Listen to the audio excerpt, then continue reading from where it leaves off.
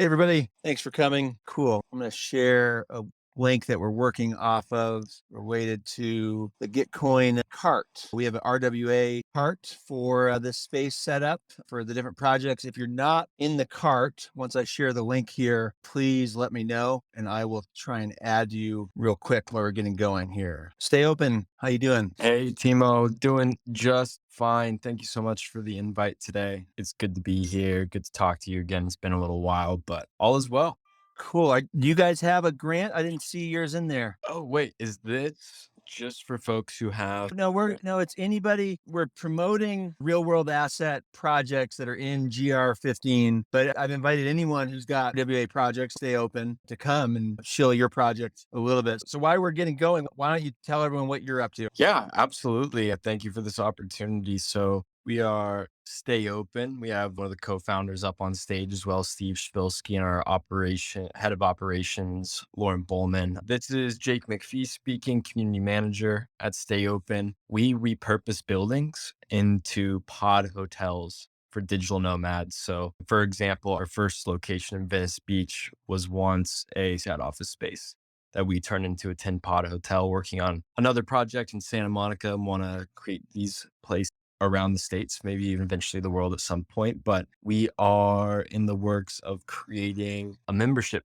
program using Web3 Rails. So an NFT membership generating rewards in the form of ERC20 tokens. In fact, just right before this call, we deployed our essentially Connect wallet on our booking site. So guests who are a Stay Pass holder, which is the name of our membership, can officially start redeeming things like discounts and in the future generate rewards by connecting to our site. So that's a little bit about us at a high level and what we're doing. Cool. And just so everyone knows, what Jake and his crew, I've had a lot of time, or excuse me, a lot of fun talking to them over the last few months. Primarily, I love their model for two reasons. One, the adaptive reuse of buildings. That's a term in the architectural and real estate, commercial real estate business, adaptive reuse, which I think we all need to do more of. There's tons of functionally obsolete buildings out there. So that's number one. And then number two, combining it with the digital nomad aspect. It's a great marketing play. So kudos to you guys. Yeah, thanks a lot. I'm reminded by something that I think I saw you tweet out, and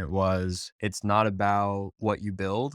It's about what you don't build sometimes. And so that it always sticks out to me and I think is a really great quote. And as you said, I think that as we are creating new spaces, I think that people should put more of an emphasis on turning towards buildings that we can repurpose, implement some sort of adaptive reuse on them, especially considering there's just so much space in the United States and around that is currently or in the near future will be unused due to a couple of trends that we're really seeing pick up in the rise of remote work, business cutting down on office space, and then e-commerce, less storefront locations are needed. So we're left with a lot of space. And then we like to think that we're creating a new use for a lot of these locations. Yeah. And you and the team, we've talked about collaborating with BASIN on this and the idea of that any of your projects could have an open space, like nature component that might be on site, but it might be off site, but in the same locale. So I think there's a lot of synergy that with everything we're talking about in the interoperable, composable real estate space. I see Will here on the call. He's doing some public art stuff. I think there's a lot of overlap. If someone said, hey, look, we have a corner of a property that could be used for public art, or the whole property could be used for nature, biodiversity, carbon sequestration, or this part of this building can be used for educational purposes, by opening up smart contracts and like basically mini lease agreements around those properties. That's what a lot of us are here for in the RWA space. So I just stay open, super psyched to work with you guys in the future. Yeah, absolutely. Likewise. And at some point in the future, I would like to maybe get on a different space where we can dive into the details of what that collaboration might look like. For example, we are working on due diligence for our second location in Santa Monica at the moment. And what does a partnership look like there? I think would just be at the very least something really fun, educational, and interesting to talk about with you guys over at BASIN, who are really doing fantastic and very important work. Cool. And so just to be clear, you guys don't have a Gitcoin grant right now.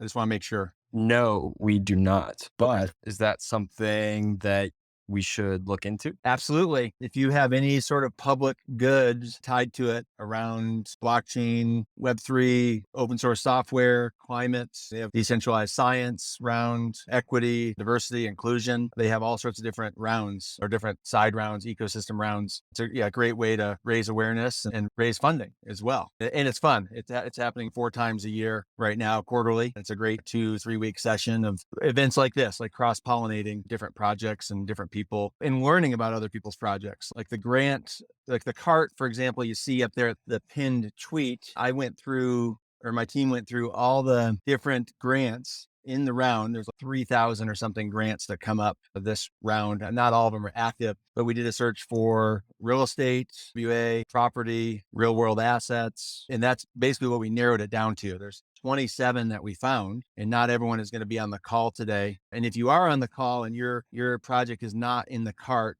send me a Twitter DM while we're going and we'll get you added to the cart. But there's just some really cool like projects out there that people are working on, whether it be around title insurance or DAO governance of real estate, funding these different models. And what I'm basically finding with all the work I'm doing in the RWA space and the RWA report I'm doing with the Climate Collective is everything in the ReFi space is real world. There are projects doing metaverse and just web, just online type stuff, but almost every single one, I would say 98% is somehow tying it back to real on the ground climate action, social impact action, nature action. So there's a really like cool overlap with ReFi. And so I want to welcome to the stage Kyle from Lex DAO. How you doing, Kyle? I'm doing great. How you guys doing? Yeah, doing awesome. Why don't you tell everyone about Lex DAO and especially Kali DAO and just introduce your projects and what's happening? Yeah, happy to. And sorry if there's a bit of noise. I'm at MCon right now, and yeah, I'm trying to find a quiet space, but I apologize about that. Okay, so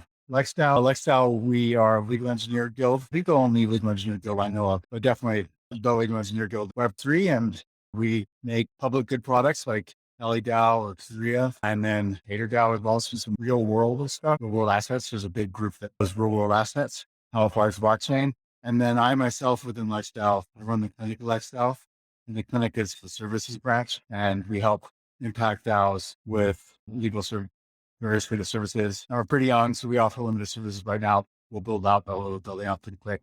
We have some pretty exciting clients already. And the way that the model is that we have students that do most of the work, and then they also learn legal skills so we can have more crypto lawyers in the space. And then there's supervisors that make sure the students are doing a professional job. And that's why it keeps costs down. And so the idea of taking the old buildings and regenerating them, I definitely personally consider that fairly impact. So I'm excited to be here and learn more about your projects, and happy to answer any other questions you have about Lex. And our Discord is Lex DAO chat. I guess what it is. Yeah. HTTP though.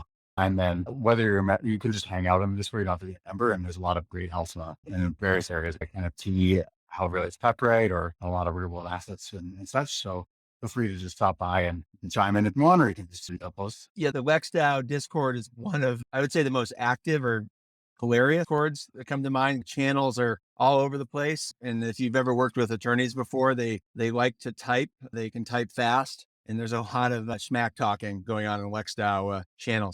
Discord. So I highly recommend you check it out just for one, entertainment purposes, but two, educational. Like Kyle said, I've told James this story quite a bit, but I've mentioned it quite a bit of like, last year, when I signed up for a Lex DAO consultation, it was one of the coolest things in the ReFi space so far when I showed up and make a donation of DAI and you'll get some legal consulting for these people. We're not your attorney, but we'll give you legal advice. And I show up to the conference call with 6 or 8 attorneys, which was just like awesome. And then here's a wallet address, just send us some DAI after. That was just a highlight, and led me into buying or becoming a Lex DAO member, getting the Lex token, whatever, which is also fun. And just it's neat to be such a part of a group like Lex DAO. But I see a lot of people in the audience here, so I want to make some room for the GR15 based spaces. As we go through this, I'm just going to keep reminding people that there's a cart up at the top. These are all the projects. Please make a donation. It could be as little as $1, 1 DAI, 1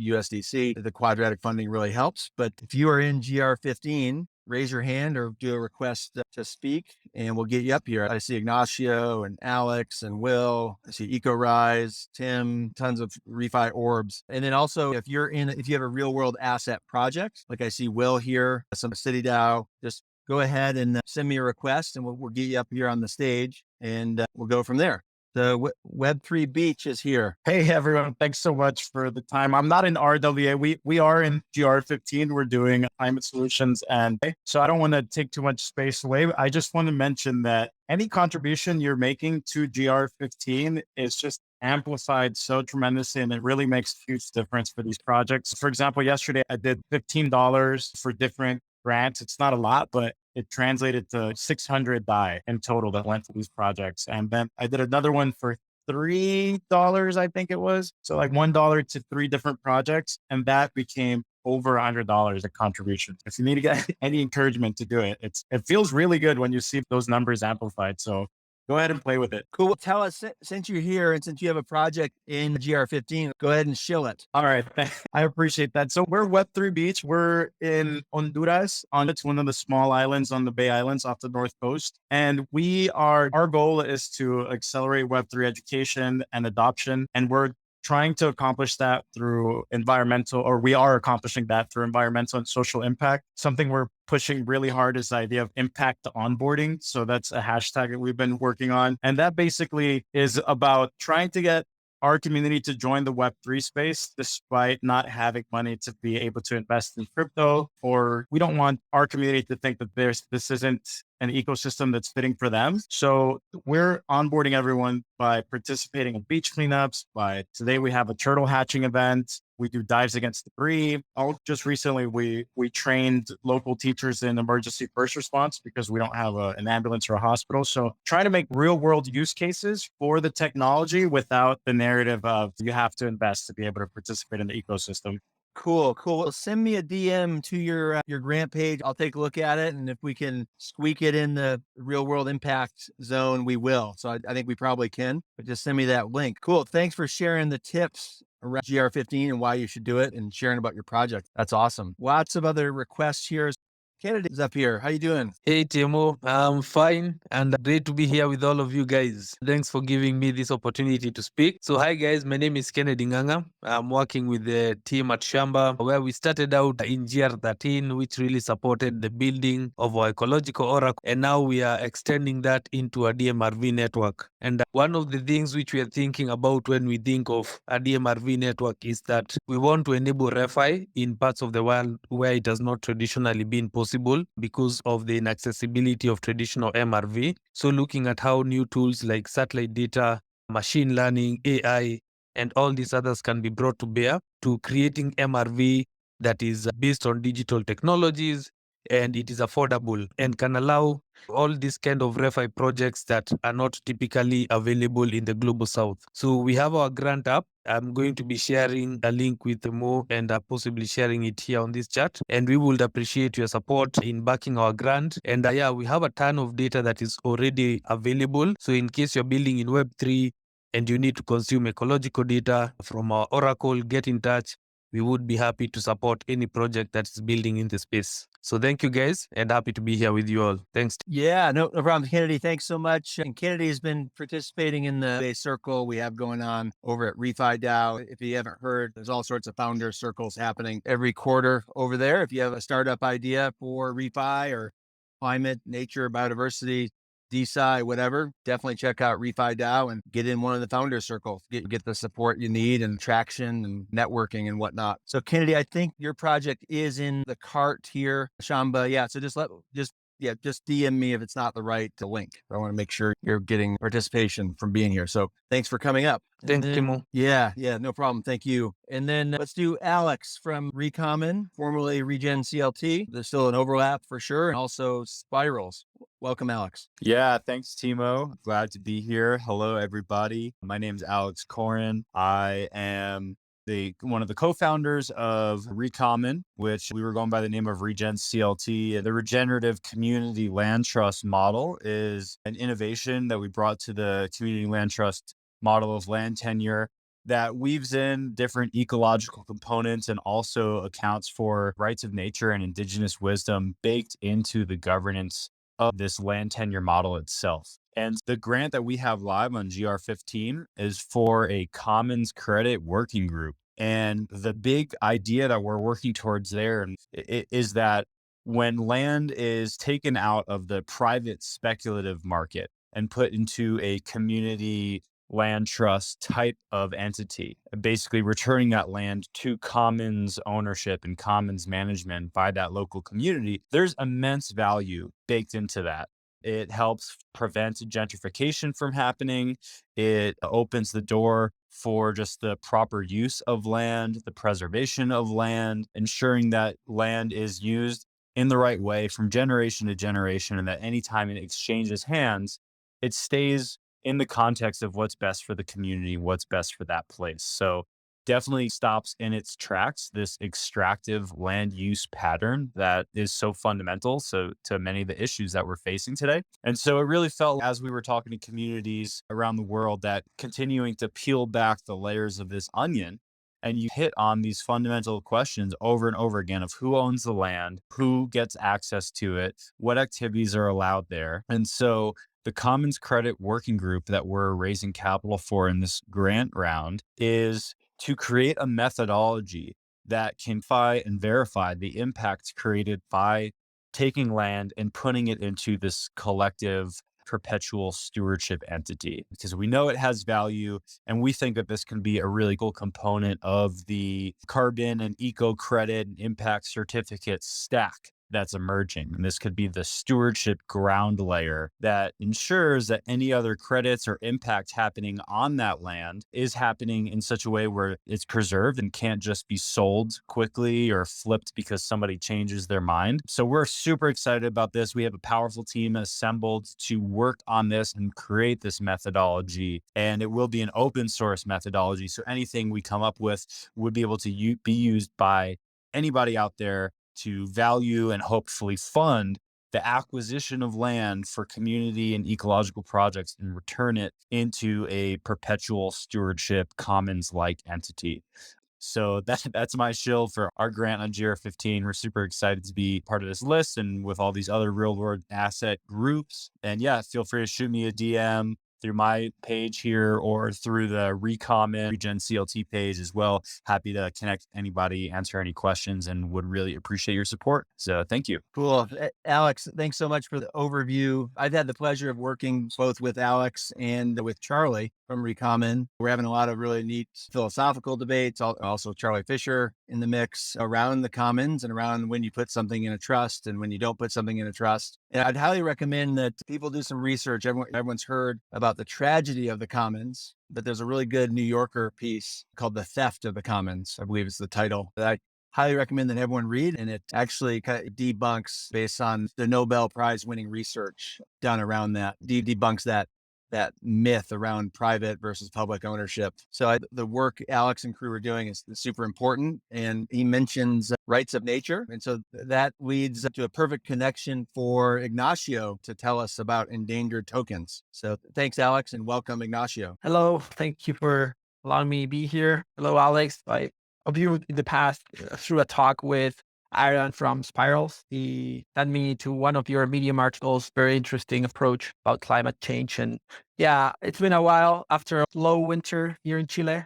This Gitcoin round has been incredible in terms of reactivating the team, reactivating a lot of things that got stuck a little bit in the past semester with endangered tokens. And just to tell the people that yet don't know us, in short terms, we are tokenizing georeferenced endangered species of trees, single specimens per NFT, as a way of offering in adoption, and also offering digital property of the cons that we will build around them to create a flow of revenue towards its protection. Apart from token, what we are doing here is producing good video, photo, imaging, and 3D content of an endangered forest, so it can become an experience in Web3 in which you, for example, with a virtual reality glasses like Oculus, you can experiment the endangered forest in a 3D environment without actually spending the carbon on the plane to get to know it, nor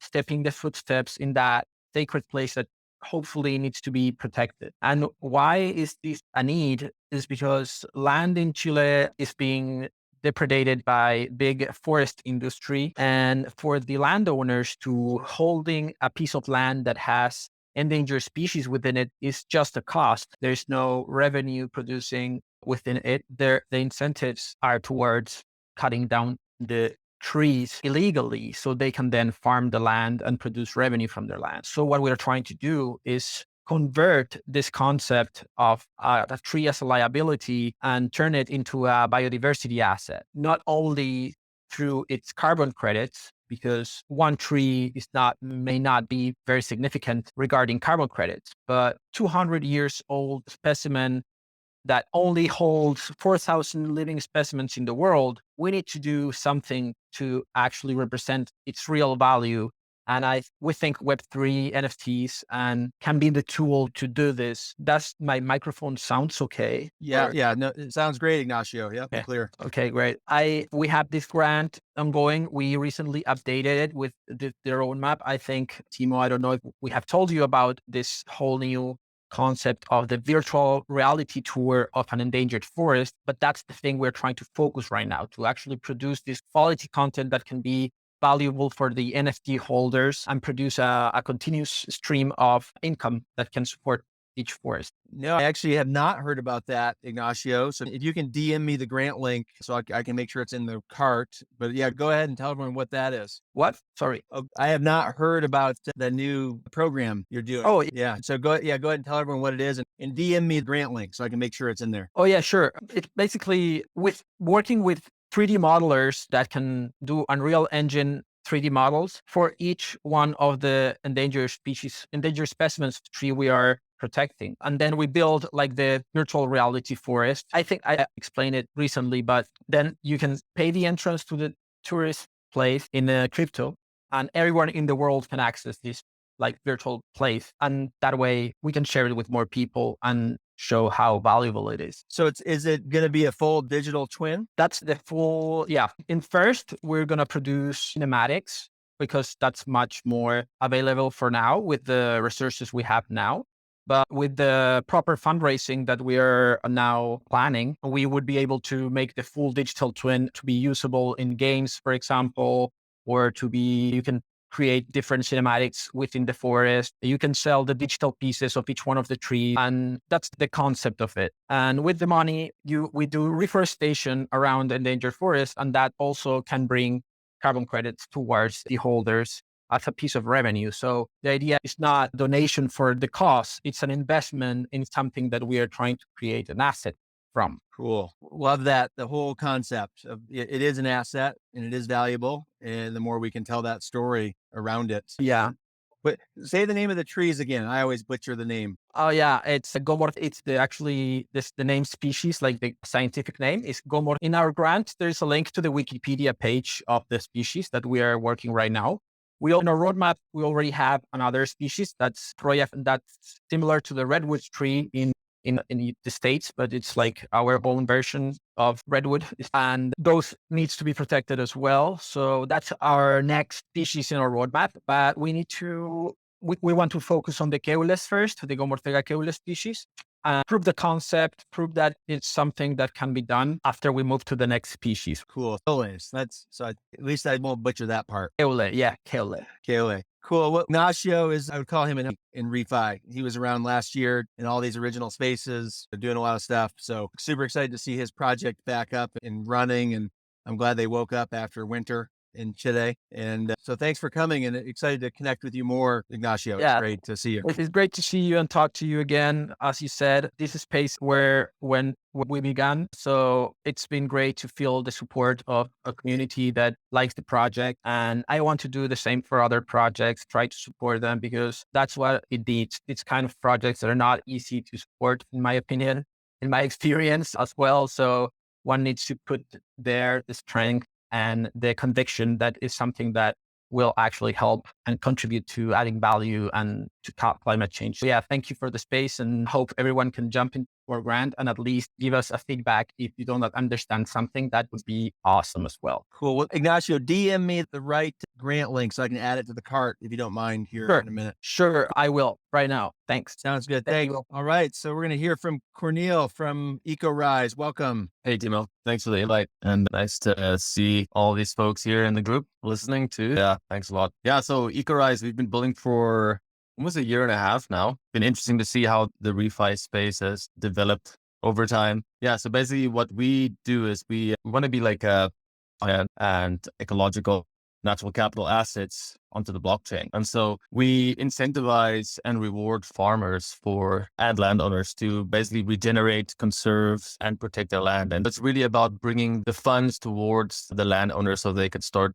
doing these actions, because we all know that's a big barrier to regeneration, as there's a lot of resource extraction that is unfortunately subsidized, and that's where the money is. And working on changing the perception of how to use your land regeneratively. And as we know, there's a lot of money out there that can fund this. And it's really just about being the bridge between the traditional and the blockchain world of land use. And creating NFTs basically from data collection on the land, and as well creating NFTs from, bringing the average person the opportunity to invest in fractional land ownership as well through NFT. That's what we've been working on for the last year or so. Definitely been interesting, especially as we're building out to the legalities of it all. And so I'm really curious and like to connect with Lex as well on that going forward, because it's especially in the US and where we're based in Canada, there's a lot of regulation and legalities involved. And I think if we really want to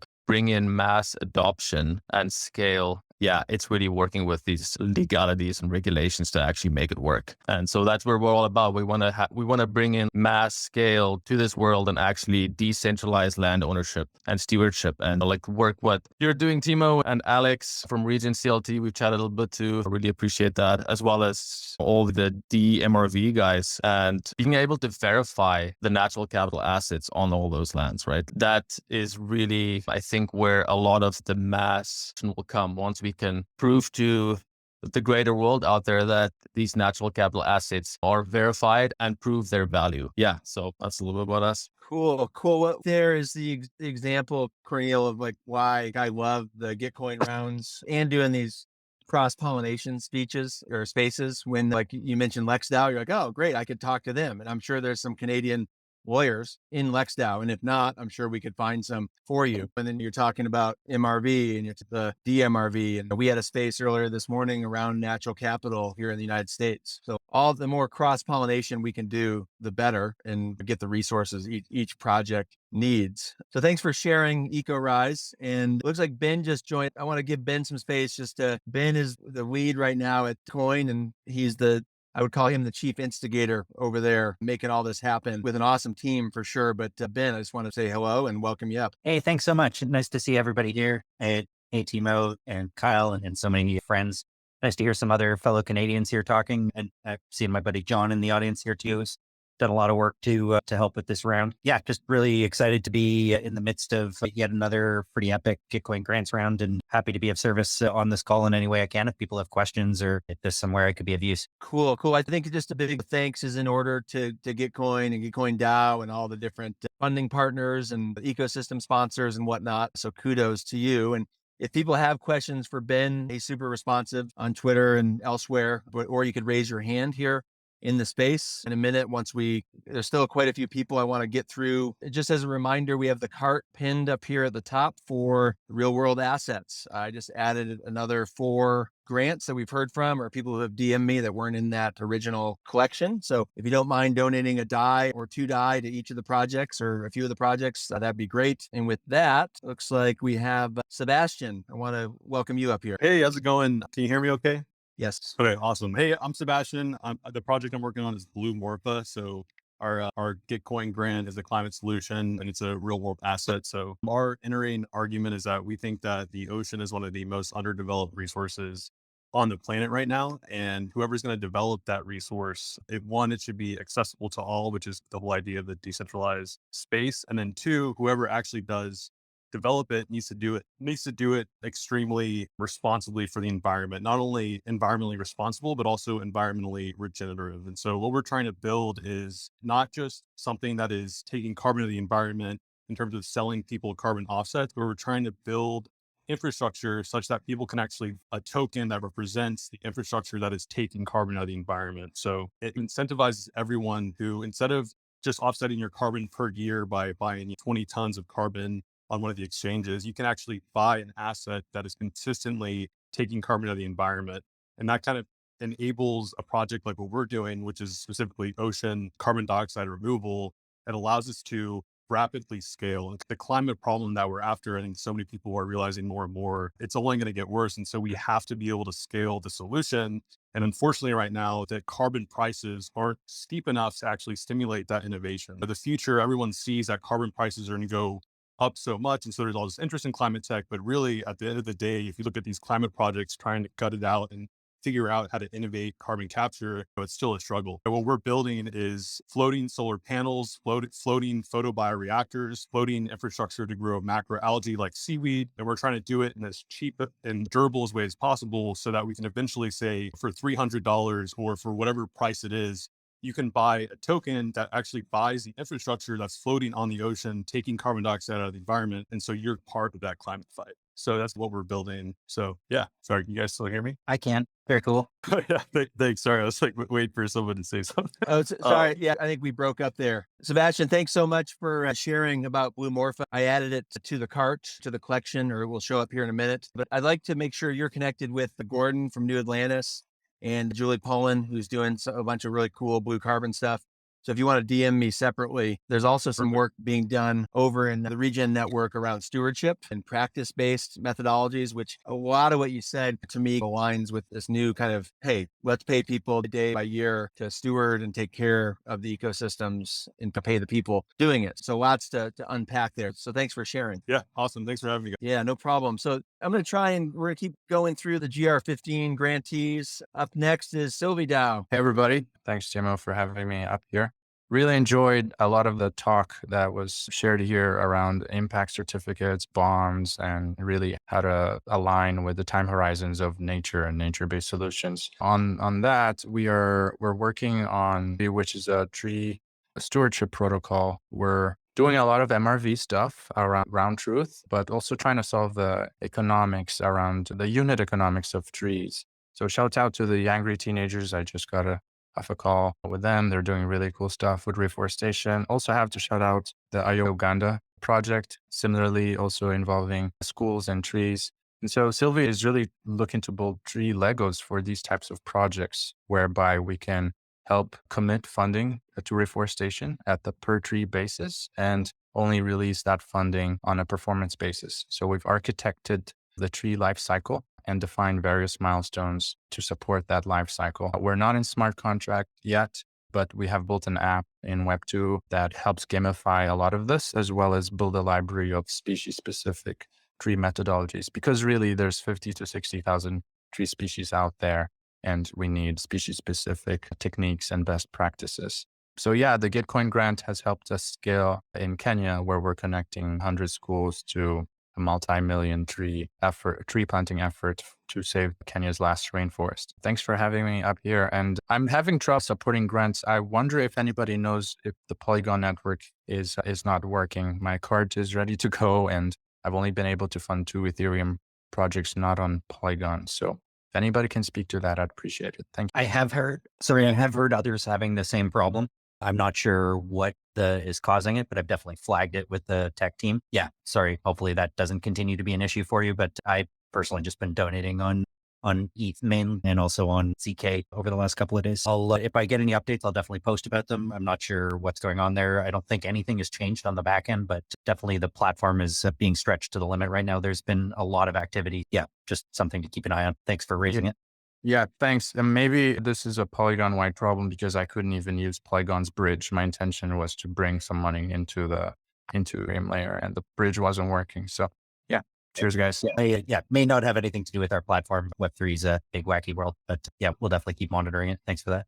Ben, I was joking yesterday that I went to make the initial donation to this cart and gas was like $400 for something, several $100s. I was joking that like Gitcoin breaks Ethereum with all the traffic, all the people donating. It's Ethereum gas fee goes from $1 to $300. I wonder if that's true. My guess is it was probably some monkey coin floating around somewhere, but definitely we have seen a big spike in traffic. And I just saw the most recent numbers in terms of like levels of donations. I think we're seeing the most grantees ever putting in grant proposals on the platform.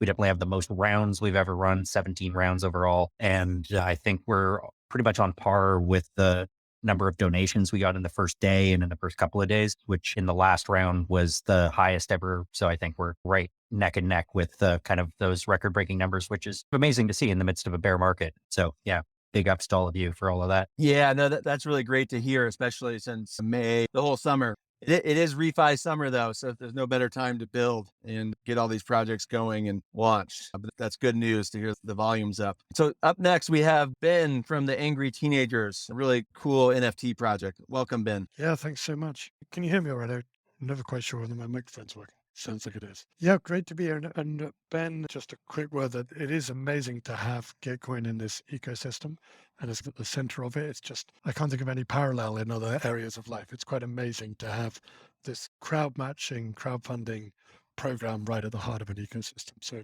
thank you for everything you're doing there. The Angry Teenagers, many of you have heard this already, but I have to repeat it every time. I'm not a teenager anymore. I'm in my 40s. I've spent the last 15 years building high growth tech startups, balancing that with raising 4 children. On a good day, I sometimes feel like I'm actually a grown up. But I am angry about climate change, and I'm terrified about it as well. And every time I look at the IPCC report and really breathe in the fact that a whole load of incredibly intelligent, highly respected scientists from around the world have written that report, and it's as bleak as it is, it just scares the hell out of me. And Angry Teenagers are a project that comes directly out of that feeling of fear and that feeling of anger. But it's also a response to this insidious idea that I have myself, that we need to rely on central authorities, on governments, on big corporations to fix climate change. That as individuals, there's nothing that I can do beyond demonstrating, beyond protesting, to putting pressure on those big organizations. But I think we've got to do something as individuals, if only to keep us sane. And blockchain, in fact, gives us the tools to do that. And it's the thing that got me excited about blockchain when I first came across Bitcoin in 2014 was this idea that now we've decentralized the ability to create stores of value and financial tools, that now maybe we can create a financial system that doesn't screw the planet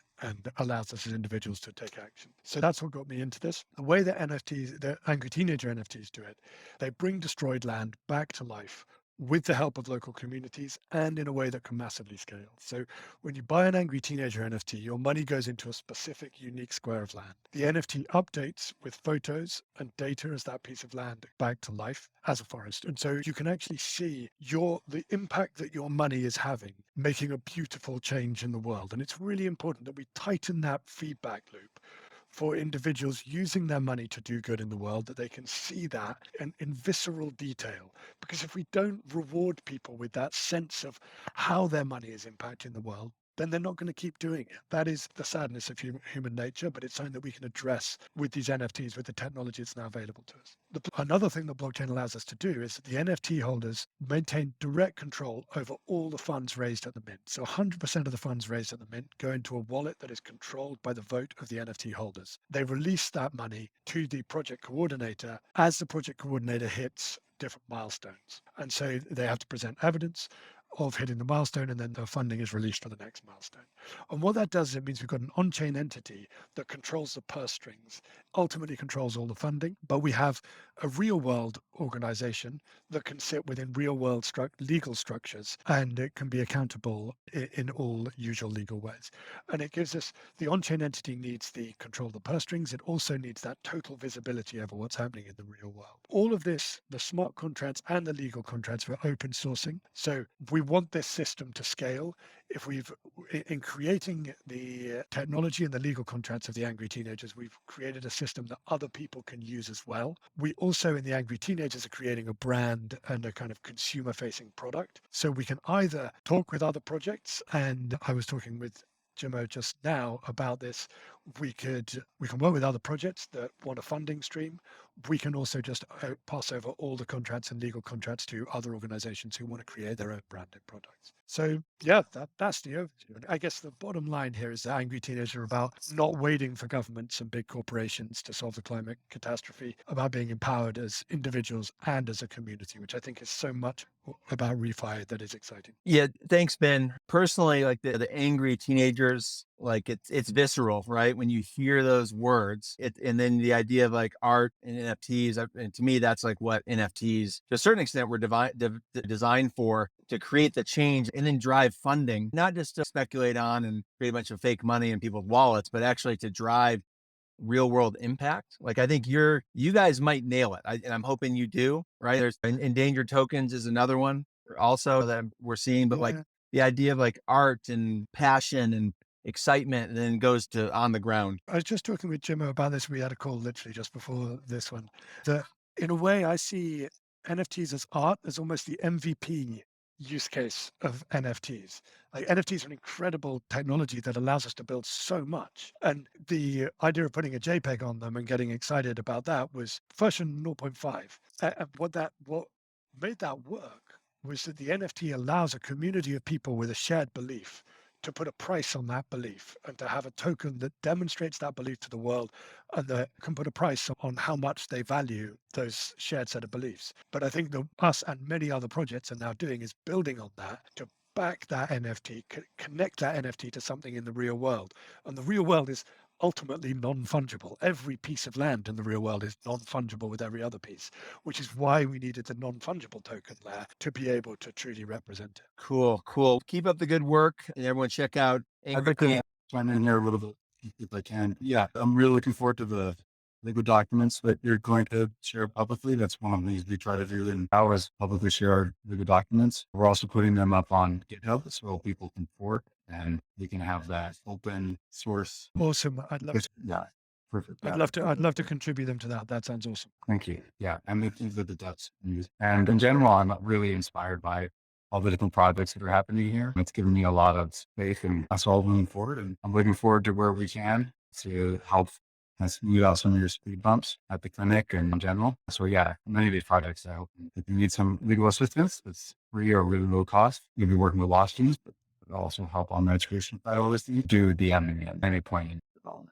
I'm really glad to be here. Great work for a lot of fun. Kyle, share a link with me to the clinic or to whatever landing page, or either DM me or just request to pin the tweets to the top here, and we'll make sure that's up in the forefront. The clinic actually is not advertising, and I don't know when we will, but yeah, people can reach out to me and describe it if you want.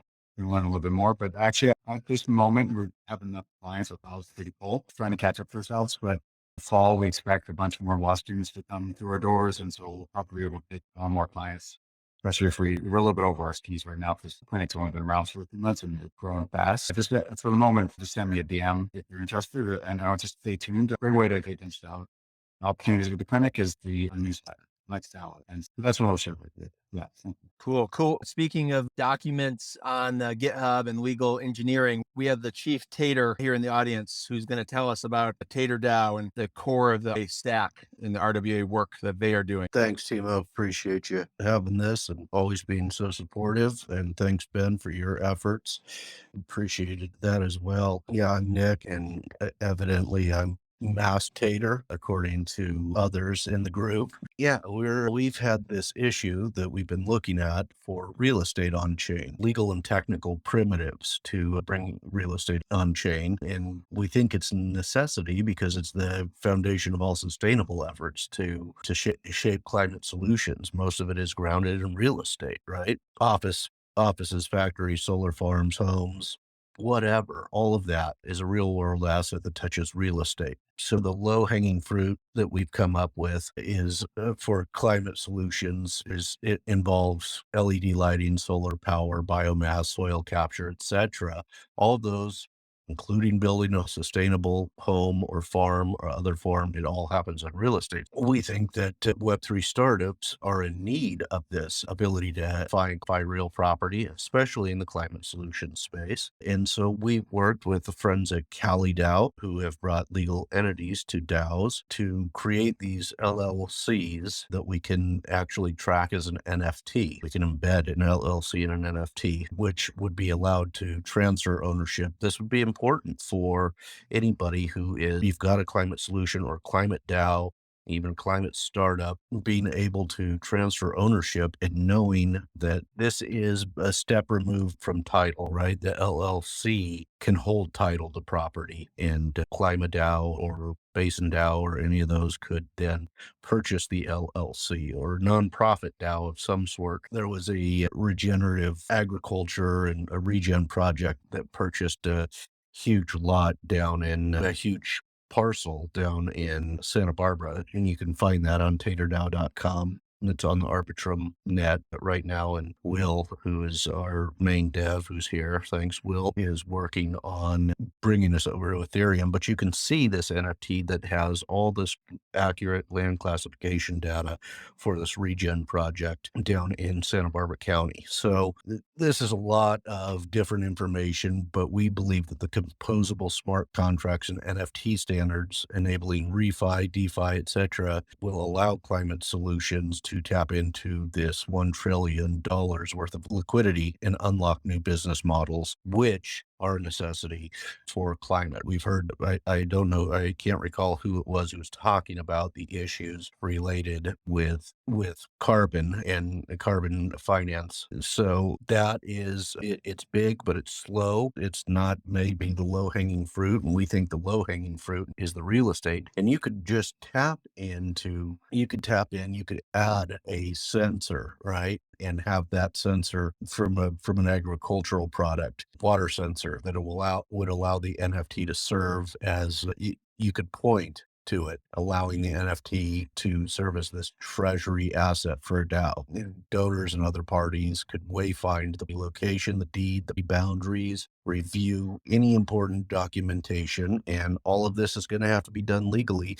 There's always a permitting process, or there's a deed process, title process that has to go into obtaining that parcel for whatever regenerative project you're going to have. So that is where we think the Tater NFT, with a Tater NFT, a climate project could coordinate to manage DAO-owned property, issue subrights, solar leases as an example, or place property in trust that is governed by DAO. So that's my too many minutes worth of sharing here. Thank you. Nick, that's awesome. You shared it so well. At the core of everything we're trying to do in climate and nature and carbon, with the exception of maybe the ocean or navigable waterways and let's say direct air capture machines, real estate and property law is at the core. And this is like a drum I've been trying to beat. It's a giant tool in our toolbox to achieve these climate solutions. So you summarized it really well. So thanks for all your work, James and the Bay Consortium. Will had a question or had his hand up from Ogallala, and I'm not sure if Ogallala. Yeah, Will taught me how to say that. Yeah, Will, go ahead. And I do want to, you're right, Timo, just before Will, I'm not sure who it was who had the solar project on the ocean. Awesome. Ours is probably not viable for that, but for many other areas, that is we're working to be the viable real estate solution. But I do want to hear more about that project. Sorry, Will, go ahead. No, you're good. So my question, or I guess a reminder, concerns, so we're talking about real property, and we all think about surface interest. Somebody owns, or the surface has some real interest. But here in Texas, we have all kinds of severances. And so like the mineral estate will be owned by some other parties from the surface. Sure. And then the groundwater estate can be severed and fractionalized. And yeah, are y'all working on solutions for the minerals and these severed interests also, or is it surface? I would say at this moment, Will, that it's mostly surface interest, but we've discussed mineral rights, oil and gas rights, water rights. We think that all of that can be placed on chain using an oracle. Oracle would help in designating these, I should say. But we do think all those rights can be, it is not just the ground rights or surface rights, but there are subsurface real rights that we believe we can approach. I don't think in this iteration in GR15 that's what we'll focus on. We talked to Timo. We've got some other ideas, mining rights, also another, or leasehold rights from those who go through use your property or lease for mining or those types of things. I think all of that can be accomplished. I don't think it's where we're at in the current GR15 iteration. All right, Timo, it looks like I don't see any other questions there. I'm going to go back on mute. Okay, thanks, Tater.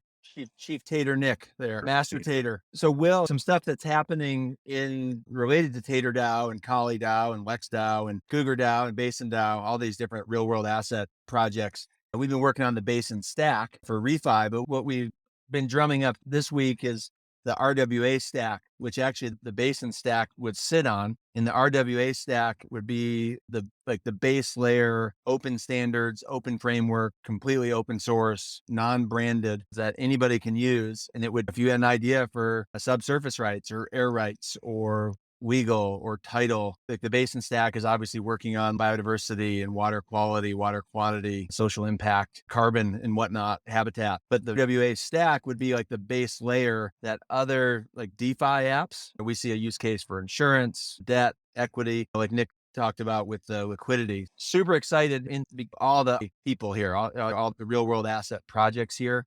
There's just a lot coming down the pike. And I really think that this group and the people we're working with is at the leading edge of all this. And it's not just because I'm biased, but I really think that. Having spent 20 years in the commercial and investment real estate business, commercial real estate might in fact be one of the slowest businesses in the world to adopt change. So I think the more we can, besides government, let's say, the more we can. And I would say right behind commercial real estate would be the law. Yeah. They're married together. I think they hang out at the same bars. Cool. Thanks, Nick. And then Ed or Will, and we have John up here also. I want to get to you three. And then we have Charlie and then also the Block Explorer. So raise your hand if you're on a time crunch and you need to go, and then you can talk first. So I'm not sure which order everyone was here in, or just go ahead and speak. Go ahead. Oh, I can show my project for a little bit. So Ogallala Life is a nonprofit, and our mission is to use, develop, figure out Web3 tools for watershed and wetland restoration and landscape and water retention on and over the High Plains Aquifer System, which is this vast aquifer that is largely depleted underlying the central United States from like the Texas to the Dakotas. And it's been really interesting, and there are huge Web3 applications, including like RA implications. And there's a lot to be figured out, and we need support. So please support us on the grant. And then I'll transition or put on another hat. And that is I'm involved with the Demeter for dMRV group. And the idea would be to build those systems that can inform the NFTs that y'all are talking about. So if we have some real property represented as an NFT, we can see, oh, look, the water table went down by this much, or it's raining, or we have these new plants, or just all kinds of indicators of biodiversity, carbon, water need to be recorded and made known. And so like the interesting intersection between dMRV and RWA is cool.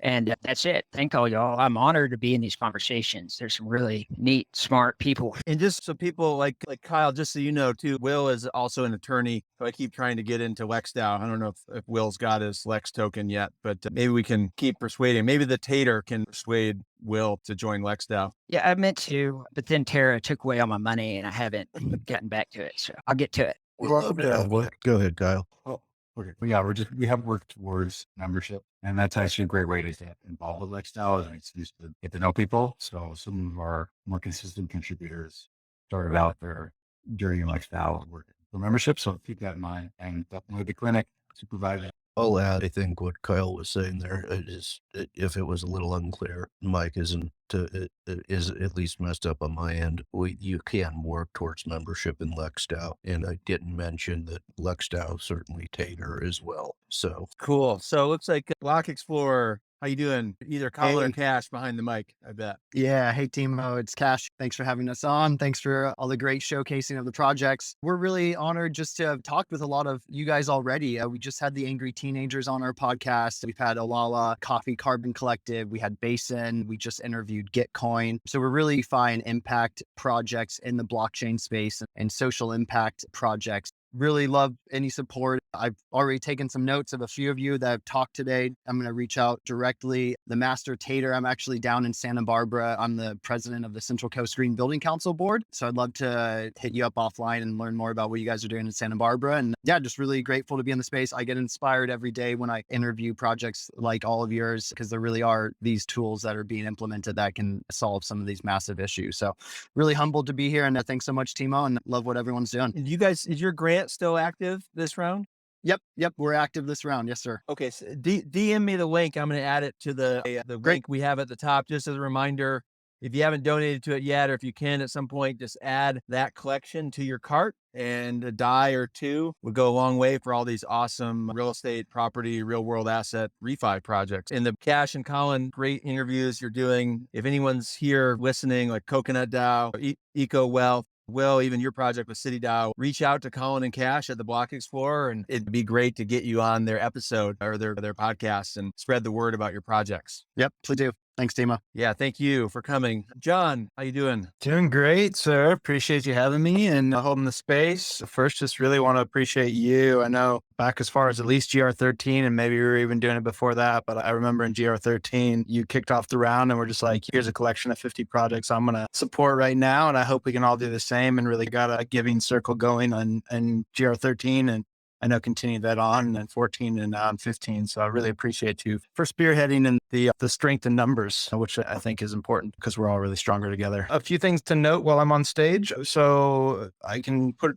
first the Helios hat. I'm one of the contributors of the Helios project. Helios is a previous Gitcoin grant round and has now gone on to help support the climate round in this round, and also to provide some RECs to offset the round. Excited to be a part of that project. And what we are working on is bringing solar projects onto the blockchain, if you will. And so we're building out a funding protocol where people can invest in solar projects through our protocol and receive returns that are uncorrelated to the market from the sale of the electricity of those projects. And then to put on my Spark hat, which has been my project for the last year or so, which has gone through a few iterations, and we do have an active grant that's in partnership with Helios. So Spark is pivoting a little bit. We were really looking similar to Helios at how could we finance and own solar projects. And because Helios was doing such a great job, we decided to join forces, and I joined their team and have pivoted Spark towards building a marketplace for renewable energy certificates, which are cousin to carbon credits. So it really is going to be a way where we can actually transact on the power that's generated, or the energy generated by these solar projects all over the world is the vision for that. And then for our grant in particular, Helios and I have combined forces, and we are working with a third grantee, the Uganda project, which is an amazing project. Another one to please put in your cart. They're doing some amazing work in agroforestry and have been really impressed with them, but had noticed in the last round that they really have a need for a solar project for both their offices and their greenhouses where they grow all of their seedlings, trees that they go and plant. And so instead of them having to try and find those resources on their side, we figured as a sort of solar partners, we would go ahead and form what we're calling right now the Solar Foundation. So we're looking to stand up a new foundation that Helios and Spark will be the founding members of, but we really hope that others in the ReFi space will maybe join us in the long run in being a foundation for really high impact, social impact solar projects around the world. In this case, we're planning to donate the funds from the Gitcoin round to that project with IOECA first and foremost. And then provided we raise any extra funds, we're going to use those to begin to set up that foundation. And what we're envisioning is setting up, we're thinking maybe a donor advised fund, or maybe spin into a nonprofit, but we'd like to be able to provide tax efficiencies to parties in the ReFi and Web3 space, while at the same time creating a fund that we hope to be a revolving fund where we can do some of these projects where we maybe just donate the projects outright, but also some projects where maybe lease the project or do like a power purchase agreement with a third party at a very low rate, so that we can basically create like a micro loan program for solar projects in the future. I'll pause there because I know I've been speaking for a minute, but yeah, appreciate being up and appreciate everybody on the stage and the audience. Yeah, John, thanks for coming and sharing about Helios. Ben had pointed out the other day on one of the Gitcoin spaces that Helios was a recipient of the grant rounds and then came back as a sponsor. And that's a really amazing feat and like a great example. And I'm hoping BASIN or some of the other groups that we're working with can do that as well. I keep joking that Momus, if you've seen the big donations that Momus.eth has been spreading throughout the ecosystem, like I would love at some point to reincarnate or love someone here. Maybe Momus is actually among us in this group, but I'd love for one of us to reincarnate as Momus and just be able to keep seeding the ecosystem. And Helios is an example of just doing that right in public. You guys are like, hey, we were a grant recipient and we're coming back and we're going to fund some other grants. So John, thanks for the work. And also just want to highlight that John and Will here and Charlie, there's a few other people in the audience, are all part of the RWA Circle that we're doing over at ReFi DAO. That's part of the founders circles. And so there's a lot of really cool stuff happening there. And I think the Tater should take note of John's energy expertise. I think energy should definitely be a part of the stack, reducing energy usage and starting to plug that in an interoperable and composable way. So just Tater, take note of that, please. With that, Charlie is here. Welcome, Charlie, and thanks, John. Hey, everyone. Thanks, Timo, for organizing this space. I've been having a lot of fun chatting with Timo and Will and a bunch of others, as you said, in a circle that's supported by the ReFi and also in the BASIN methodology development group. I'm sure it has like a slightly different name than that, but yeah, we've been having a lot of fun thinking about and talking about this ReFi stack and then also just in general, what are the different pieces that we can put together to support regenerative stewardship. That's really ultimately the goal. So yeah, I'm here representing ReCommon, which our focus is really on the land. In terms of that stack, we really try to support the ownership level of the land. And there's a lot of different creative ways that we can own land as a community, but we've developed a cool structure called the Regenerative Community Land Trust. You can check out more details on that at regenclt.org. But so we developed that maybe a year or two ago, and we had a bunch of different communities approaching us. One in Puerto Rico, a few different in California, in Hawaii, one in Portugal. But they all had the same issue of just financing the project, unless they had some super wealthy donor or some way of really making it super appealing for a VC funder or some kind of joint venture. That was just constantly the challenge that we found with all these, they're grassroots communities, and they're really excited about purchasing land, holding it as a community, and then doing the regenerative stewardship piece. And there's a lot of work being done on how to pay for the regenerative stewardship, but the actual purchasing of the land is just like such a huge challenge, especially in places like California and Hawaii, where land is really ridiculously highly valued because of the speculative value, because you have this beautiful farm, and for a farmer to afford that, they have to compete with a developer that's going to put a subdivision there. And it's just impossible to compete. In our GR15 round, we are looking at creating a working group, or we will create a working group to research and develop a commons credit. And so this will be an impact certificate or an impact credit that really tries to become, or that will become, a financial engine for communities on the ground that are looking to purchase land, hold it in the commons, and then we'll go through and define what that means. And again, I think, like I said, there's a variety of different ways you can do that. I think that you could definitely even hold it in an LLC and still have community governance over it. So really excited to have a deeper conversation with the folks at Tater DAO. Me and Timo have already been talking a lot about it. But anyways, we're going to create this working group, and we're going to look at the environmental, social, and economic impact of deprivatizing land and bringing it back into the commons. There's so much work being done for digital commons and for digital public goods. And we're trying to do the same thing for the land layer. So yeah, it's been really amazing working with all these other experts in RWAs and then in all the different groups with Timo and Will. Like I said, we've been having a lot of fun. And so we can feel, the other day I mentioned, it feels like all of us are scratching at a wall and there's some paint, and we have these little moments of breaking through where we can actually see what's on the other side. And none of us really has the whole picture, but we know that there's something very exciting and very valuable and really like a solution to pull humanity out of the shithole that we're in right now and move us towards a civilization that's more in harmony with nature, that's more regenerative, and that's more just. So it's been really exciting to scratch at the wall with everyone else in the ReFi space. And yeah, the commons credit is our little piece of that. We're looking at really supporting the land level, supporting regenerative farmers and land-based communities and stewarding the commons. And that's it. Happy to take any questions if anyone has any. Oh, y'all are doing awesome work, and kind of just same question, a reminder, and that is like our land isn't going to grow much if the groundwater is gone. And so like common ownership and or deprivatization is got to be more encompassing than the surface layer. But y'all are doing great work, and I hope to be able to use it. Yeah, absolutely. Yeah, no, that's why I'm really excited to be collaborating with you, Will, and also Timo's. Really, we view the commons credit as just one of the layers in this stack that we're creating. And whether that's the BASIN stack or just a stack of different types of impact credit that goes on to the Regen registry, whatever it's called and wherever it lives, I really don't care, but we do need to build it. And so, yeah, really excited to have this be modular and composable and very much able to click into a larger stack.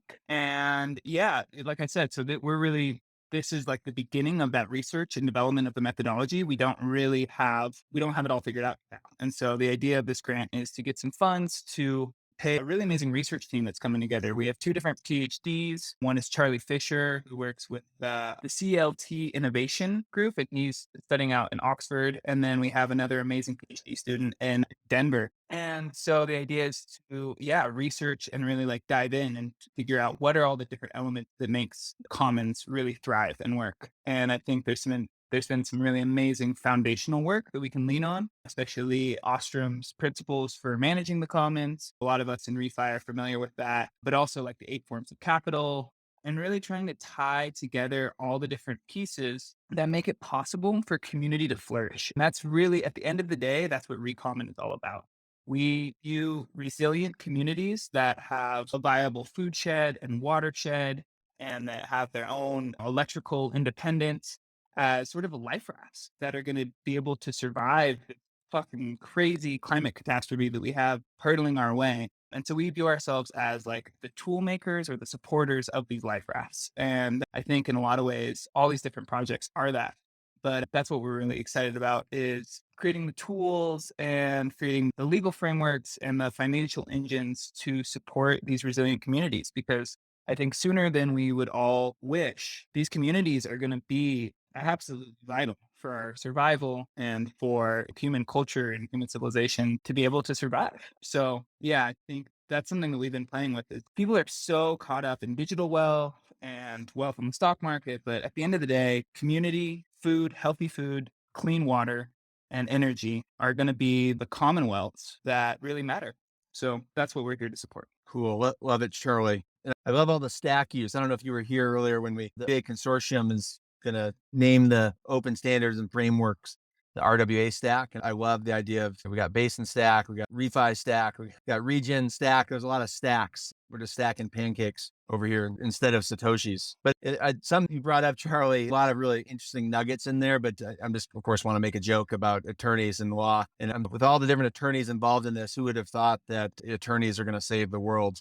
I never would have thought it, but here we are. So cool. Thanks for sharing, Charlie. Appreciate that. So I have Earthis here. If Earthis wants to share. On Bridge, are you there? Yeah, I'm here. I can go. I'll make it quick because I know we're trying to get through a lot of great projects here. And thank you, Timo, for hosting this space. Yeah, so we're Khalon Bridge. It's a development studio of about 40 plus and growing developers based primarily in Lagos. And one of the key concerns we're addressing with our grant is trying to reduce generator usage for Web3 developers. So the electrical grid down there basically collapses all the time. There's an average of about 4 hours of electricity per day. And it's like a 6 to 10x demand to supply ratio for electricity. So most businesses and residences who can afford it end up having to pay for petrol to power generators at their house just to be able to get necessary appliances. And obviously that includes the internet to go ahead and contribute to projects, whether that be contract work, open source, anything. Generators on average produce twice the amount of coal per kilowatt hour than in a coal plant, and is also obviously a lot more expensive for these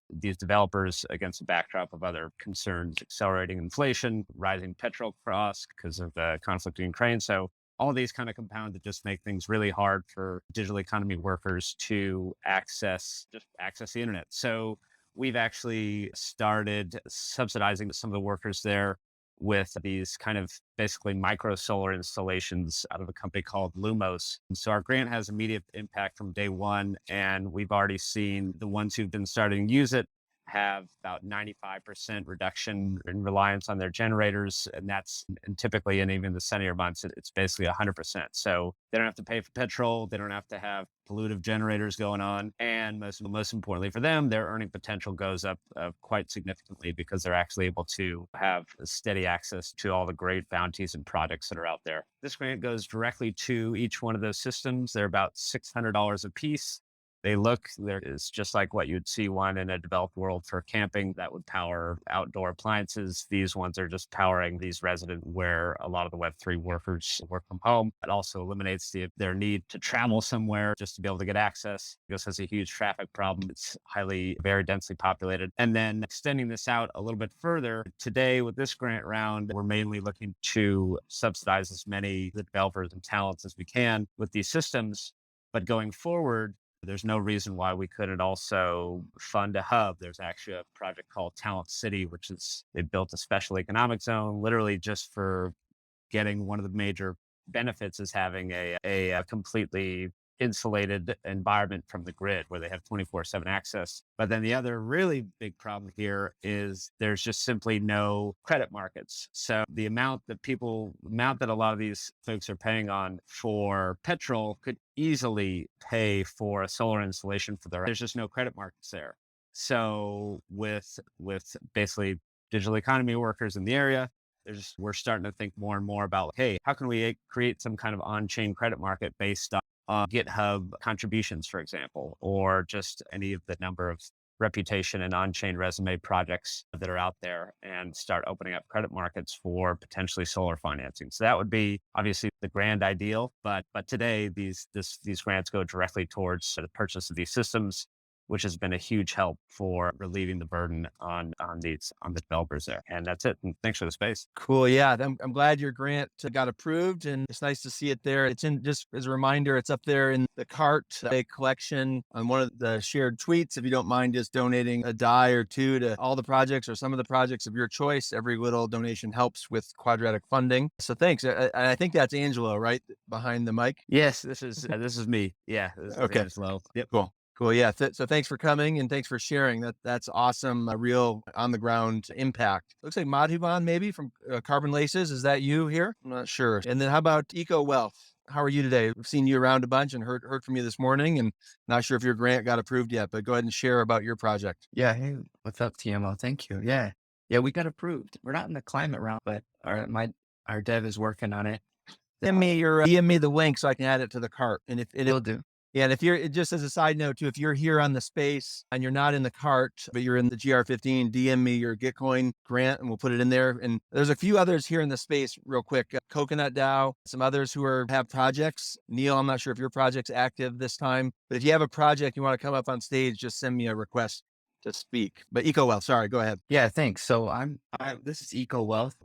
We use like 4 projects. The one that TMO is referring to is called Evergreen Coin, and it's been around for 6 years, and it's a nonprofit. It's its own cryptocurrency with its own chain. It actually did a proof of work to proof of stake transition itself, maybe before my time. And we've had a application live for about 3 years now. And the application's called Proof of Environment, which means some ecological work gets documented via video, photograph, description, and you earn Evergreen Coin for it. And and so we got into the GR15. We're trying to get into the climate round so that our program can get a little bit more lucrative. We're a nonprofit, so there's some limitations around that, but like the only time we have to worry about how much money we're dealing out is around 30K of workers. And the work itself gets audited like twice, first by the developer, then by the community, from a 1 to 10 scale. I submit every day with my nature adventures. I also submit my plogging. I pick up trash off the ground. It's not very much on the level that you guys are all building on, which is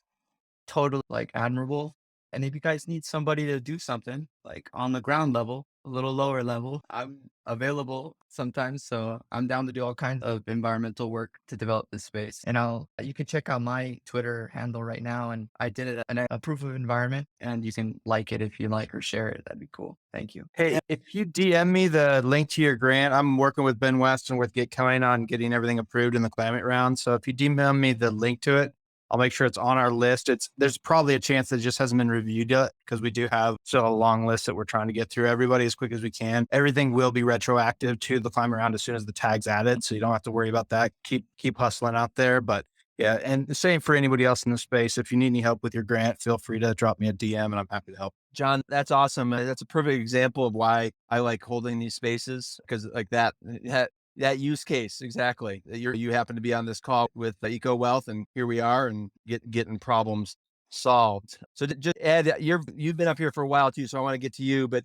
Eco Wealth has a cool thing where you've got these gloves, and I call it proof of action, proof of work. It's like on the ground picture of him actually doing stuff, which is cool. So I think there's actually some tie-in, I think, Eco Wealth with like Eco Labs is doing and Orgo, for example, with these different apps of, hey, how can I prove MRV what I'm doing on the ground? So I think you should connect with Sev and Joe from those two projects if you haven't yet already. But thanks for coming. Send me your grant link as well in the DMs. I'll get it added to the cart. And Ed, sorry for you've been up here a while waiting. So hello. Hi, thank you, Timo. Because I'm making some comments and I don't have a project in mind, but I've been trying to bridge the regenerative agriculture and what's possible opportunities in ReFi and related. And when you brought up the land and real estate and attorneys that have been in the room today, that's a really good situation opportunity maybe because I'm in the United States and I do stuff in other countries, but in the regenerative ag movement, a lot of the land that regenerative farmers use is leased land. They'll have a certain size farm, but they end up leasing a lot of land. And especially with young farmers now, they'll try to pick up a small property to have a base home, and then they'll lease land from neighbors. And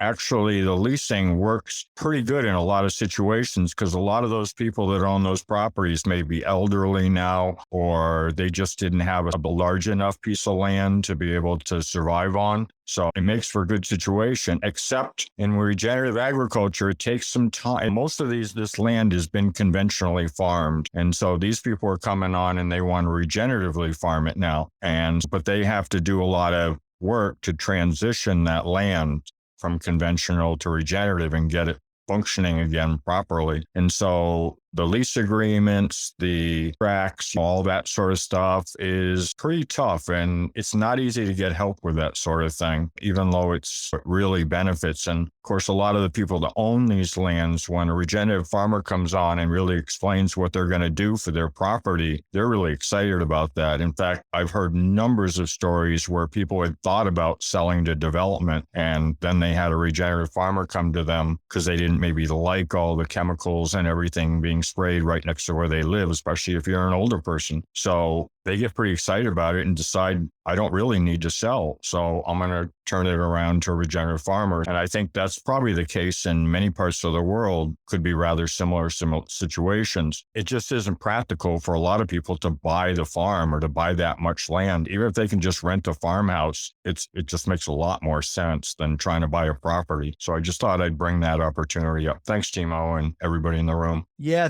thanks, Ed. If anyone is curious or needs to learn something about regen agriculture, regenerative farming, regenerative practices, is the go-to voice. There's a lot of people in the community doing it, but Ed frequently and consistently delivers high-value nuggets of information. Ed, thanks for your comments on that. And the leases are actually a big part of what a lot of the RWA groups are working on. BASIN in particular, my career has been built around the leasing and the use of real estate. So we're working on, in BASIN in particular, what's called the climate lease, which is actually a way to mobilize indifferent and agnostic capital into ReFi projects and figure out how to balance the numbers. As Jeff here is in the audience, he always talks about usufruct law, the use in fruit of utilizing real property. So there's a lot of synergy around leases. They can be extractive if we're not careful, but we're thinking hard about that, how to actually, and also like Charlie and Alex with the Regen CLT and ReCommon, as they shared, leasing and use agreements is going to be a big part of all these climate solutions and ReFi solutions coming out of all the work we're doing here. So this has been an awesome ReFi Friday. My phone is almost dead because we got so much heat going on with all the different cool, awesome projects. So we'll keep it going for another few minutes. I just want to make sure we've covered everyone. Here, we're bringing you up as a speaker. Can you hear me? Timo, is it all right if I just jump in really quick and speak a little bit to the leasing piece that you're talking about? Yeah, no problem. I just want to leave a little room. Coconut DAO hasn't come up here, and I see Darren in the audience. I know there's some other projects in GR15, or Neil, if anyone wants to shill their real world asset project, whether it's in GR15 or not, let's leave a little space. But yeah, go ahead, Charlie. Yeah, I'll keep it super quick. I was just going to say, Ed, I think you're totally right on with that. Leasing is key. And for us, our real worry is like what happens when that person dies. It's leasing to the regenerative farmer. And I've seen that a million times. I was actually in ag for 10 years before jumping into ReFi. And yeah, it's a great model of this older person who's really inspired by regenerative agriculture, leasing to this young person. What happens when they die and then their kids oftentimes end up fighting over the land? The easiest thing to do is to sell it. Oftentimes it just goes to the highest bidder. So we're just looking at ways to how do we protect that land and have that same leasing mechanism in perpetuity. And kind of the easiest way that we found is by putting it into trust. But I think if it's owned by a DAO or the actual community on the ground, or there's a million different ways you can make it. And I think it's going to still take some time for us to figure out the best model. But right now, we're working on a diversity of models to basically just get it into perpetual stewardship. But I think that leasing model is absolutely key, and it's a key to the regenerative community land trust model that we've been working on. Cool. Thanks, Charlie. We can add that to our list for our working group. Let's flag that one because I think leasing combined with revenue shares or revenue-based financing is a model we should also explore in the RWA space. So let's flag those for our working groups. And then Earthis. We are actually regenerative hemp farmers from Turkey. We started our company this year on April. It was about same time with the Gitcoin GR13 round. So we basically get our cash flow through some hemp-based cosmetics and now started with our hemp-based food. So it's all right on the field. But meanwhile, this plant has just been legalized. I'm not going to talk about the plant much for now, but about the operations and stuff. We saw that there's no seeds left. This is one of the oldest civilizations place with the oldest seeds for cannabis, but it has been lost last 78 years. So we decided to open the Gitcoin project called Decentralized Hemp Seeds. So what this means basically is just to get the hemp seed banks, starting with the hemp, but going for the other plants as well, to get them off grid. So just in case about anything with the government or something, those seeds will be saved for future generations. Because like we start analyzing them depending on their fiber and the herd quality. And also we'll be analyzing this upcoming year for their oil quality. So meanwhile, we saw that we are doing this for the future generations because we believe even this plant during the plant rotation is amazing for its environment, its water around, and for its soil. So it's very lucky that we work with just the RWA group, but we are also on the MRV group. So I know in future, very short time future, this will all get together and it will make the big ocean. So what we do with MRV 101 is actually with the same plan with our hemp network, Regenerative Hemp Network, that we will get small and family farmers get on this network because this plant is very good for plant rotation for its soil. But small farmers don't have access to carbon markets, basically. Even though we are in voluntary carbon markets, because of devaluation of the current money, because this is emerging country and emerging market for hemp, we will have an opportunity to get them work with the hemp in their plant rotation.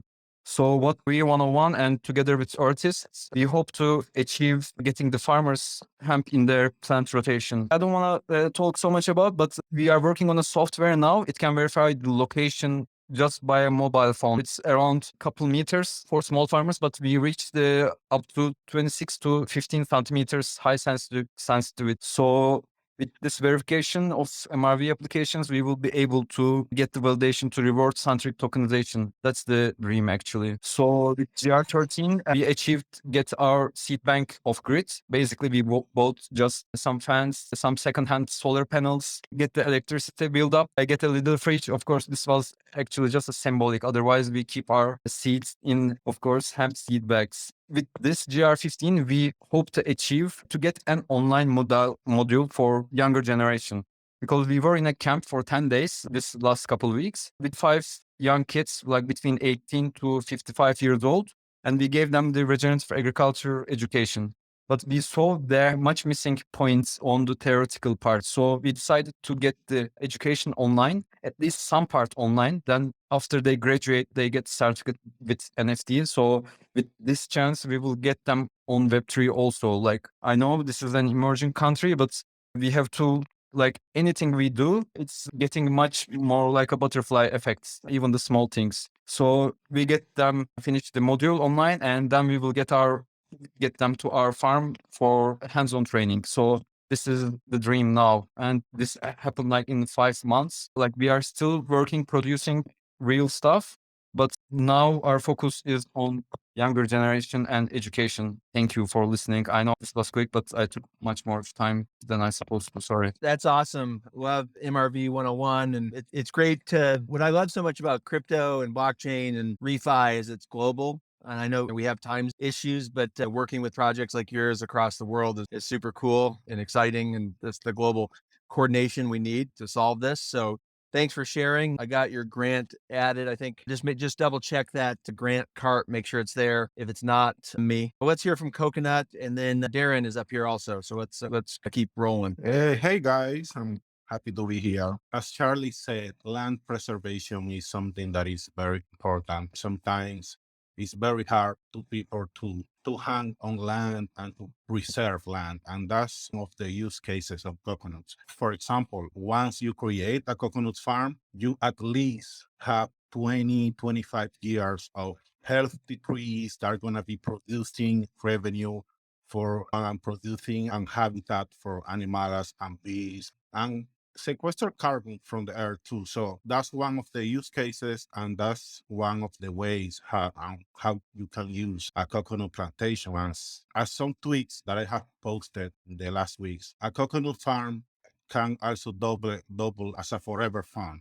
For example, our model is based on 1 share, 1 coconut plant, but that's forever. Like, you can offset your yearly bills just by holding coconut shares. Oh, if I'm going to spend 2K a year in internet bills, for example, I can have these shares paying the bills for me for life, and you preserve the land at the same time. That's a win-win for everyone. Cool. And Alejandro and Coconut DAO are part of the Circle, ReFi DAO Founder Circle. So appreciate they're there. And Alejandro, were you done? I got disconnected there. Yeah. I just wanted to agree with what Charlie said about land preservation. Okay.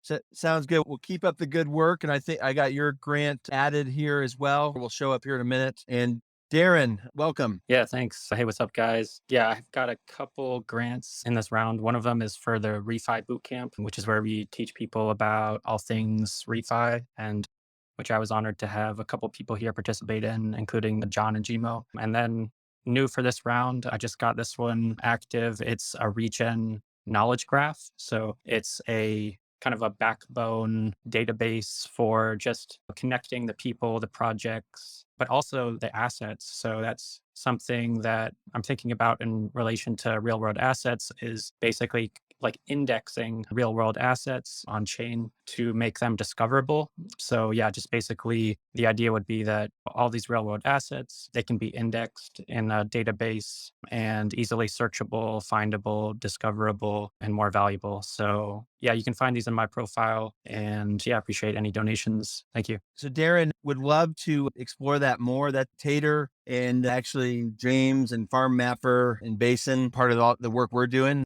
that's a lot of the idea behind what we're doing is basically sourcing and discovering properties for regenerative actions in climate, carbon, and nature projects. So would love to collab with what you and Century are doing. And yeah, so let's keep that combo going. Sounds good. Will do. Cool. And then I got another few minutes, and I see some oldies but goodies here in the audience from the classic ReFiFriday spaces back in the fall. Rex has joined us, and Neil may have disappeared, but I don't know if Rex, you want to come up and say hello, or if you have a minute, but just quick, appreciate everyone coming.